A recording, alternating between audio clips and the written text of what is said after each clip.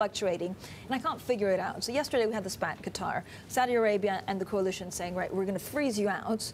Oil spikes up, and then suddenly traders say, oh, well, hold on, no, it'll be okay. What's going on? Well, I think that a spat in the Middle East and oil prices going down, and it tells you everything that you need to know about the oil market. We have still too much of it. The market remains oversupply. There is very indication that this spat in the Middle East is going to trigger really a war or a disruption in production. Qatar is a relatively small oil producer, pumps around 600,000 barrels a day. That's less than what North Dakota produce in the United States. So that's the kind of magnitude of the oil at risk that we are talking about. And cool heads are beginning to prevail, I think, in the Middle East.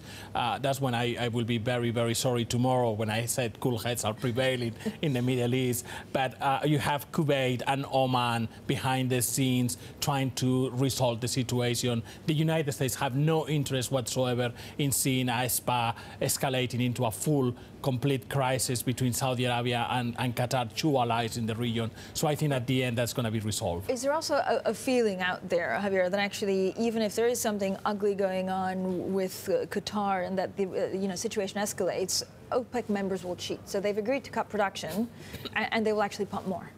Well, to be fair to OPEC, we have seen production being very, very restrained.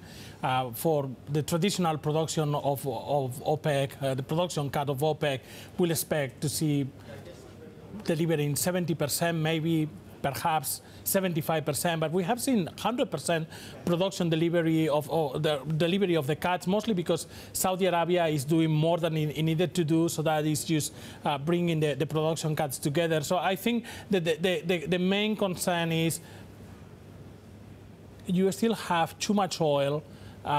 We have 6 months of production cuts and have barely dented global stockpiles. You have U.S. shale producers pumping more oil, and increasingly the focus of the market is not on how it's looking today or over the next 6 months, but it's increasingly into 2018. And that's where you see a big increase in U.S. shale production, and that is where the things, that focus in next year is what is making the market really concerned.